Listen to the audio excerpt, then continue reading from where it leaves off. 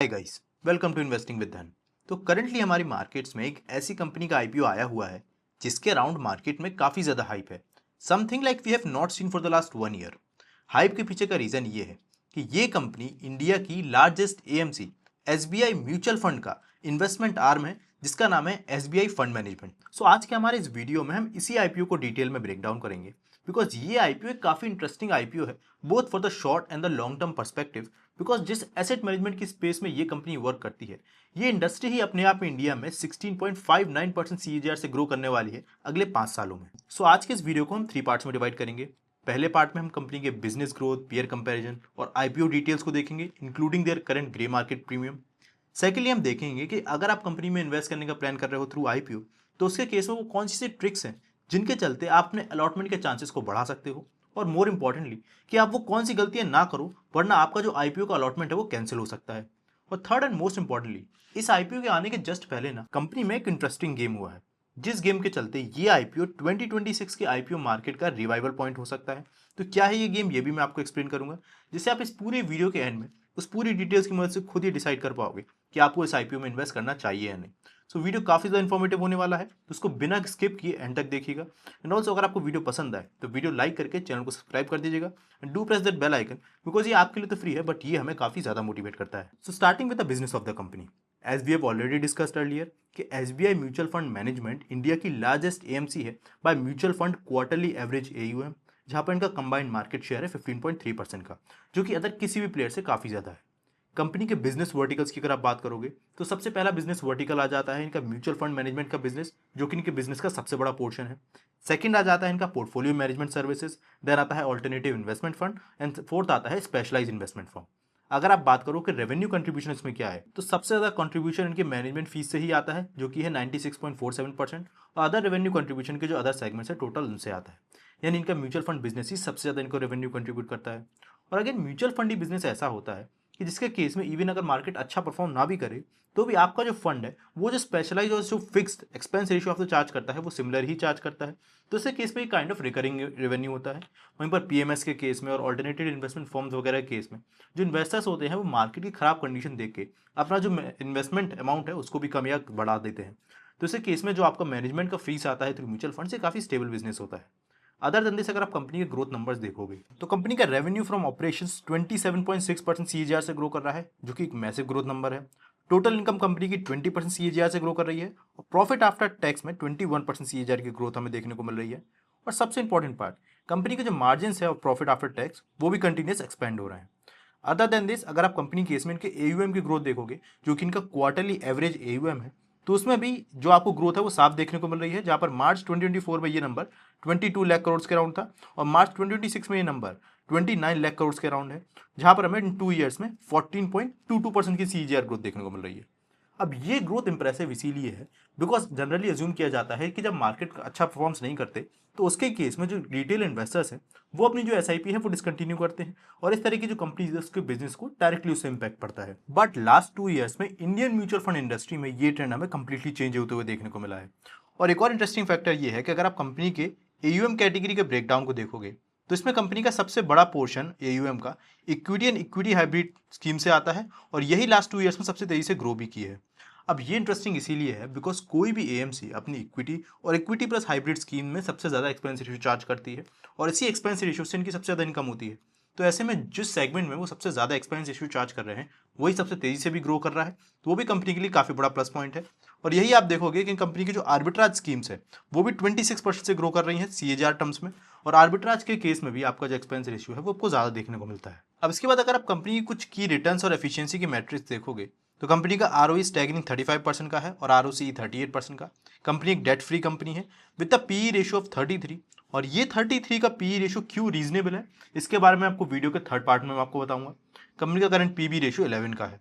बात करें कंपनी के पीयर कंपैरिजन की, तो पीयर्स में अगर आप देखो तो जैसा हमने बताया एयूएम वाइज तो ये कंपनी सबसे ज्यादा है ही, जहां पर current quarterly average AUM 12,000 crore से भी ज्यादा का है, और इसके साथ ही कंपनी आरओई के टर्म्स में भी अपने सारी लिस्टेड पीयर से काफी अच्छा परफॉर्म कर रही है। अब बात करें कंपनी के अदर आईपीओ डिटेल्स की, तो सबसे पहले आप समझ लीजिए कि ये पूरा ही आईपीओ एक 100% ऑफर फॉर सेल है, यानी एग्जिस्टिंग इन्वेस्टर जो इससे एग्जिट कर रहे हैं उनके पास ये पैसा जाएगा, जिसमें टू बिगेस्ट स्टेक सेलर्स हैं पहला खुद SBI है और सेकंड है अमुंडी एसेट मैनेजमेंट, जो कि अगेन वर्ल्ड का one of the biggest asset management companies में से एक है।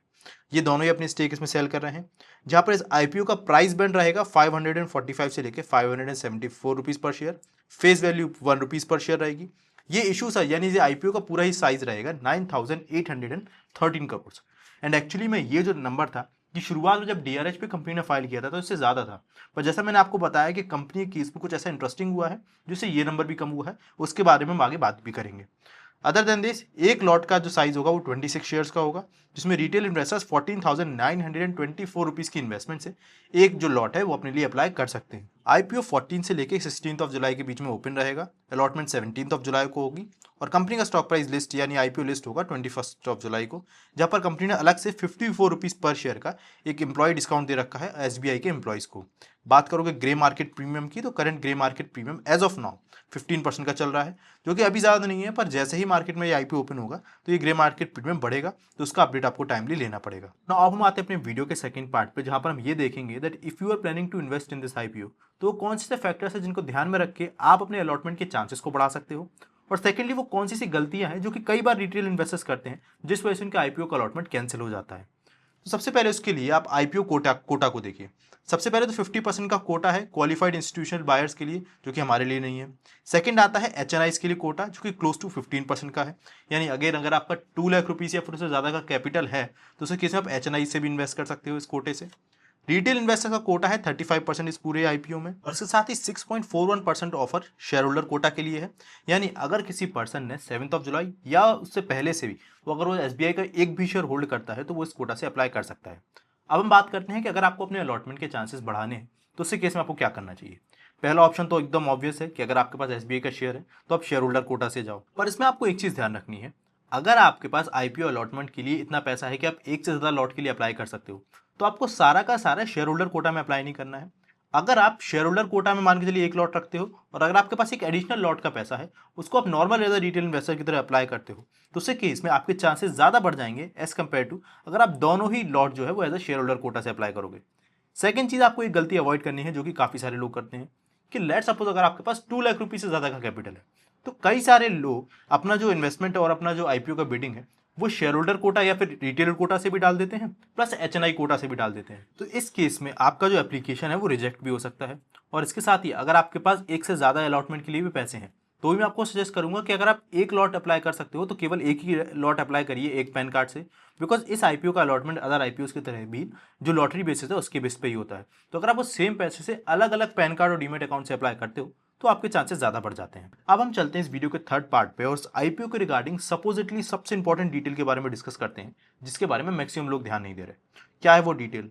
देखिए, हमने देखा कि ये IPO रिटेल इन्वेस्टर्स के लिए 14 से लेकर 16 ऑफ जुलाई के बीच में ओपन हो रहा है, बट इससे पहले ही इंस्टीट्यूशनल इन्वेस्टर्स के लिए कंपनी ने एक बल्क डील ऑफर करी थी ऑफ 1655 करोड़ शेयर्स। अब इसमें इन्होंने जो बड़े बड़े इंस्टीट्यूशन थे उनको सिमिलर वैल्यूएशन पे शेयर ऑफर करे, जो कि ये अभी IPO में कर रहे हैं। और इंटरेस्टिंगली इसी वैल्यूएशन पे 30 बड़े बड़े इंस्टीट्यूशंस ने इस कंपनी के जो IPO है उसमें बल्क में इन्वेस्ट किया प्री IPO में। अब बेसिकली ये चीज़ क्या दिखाता है कि कई सारे जो इंस्टीट्यूशंस होते हैं उन्हें पता होता है कि IPO के केस में लॉटरी के बेस पे अलॉटमेंट होता है, तो ऐसे में ज़रूरी नहीं है उनको इतने बल्क शेयर्स अलॉट हो पाए, तो ऐसे केस में वो प्री IPO ही कंपनी से डील करते हैं।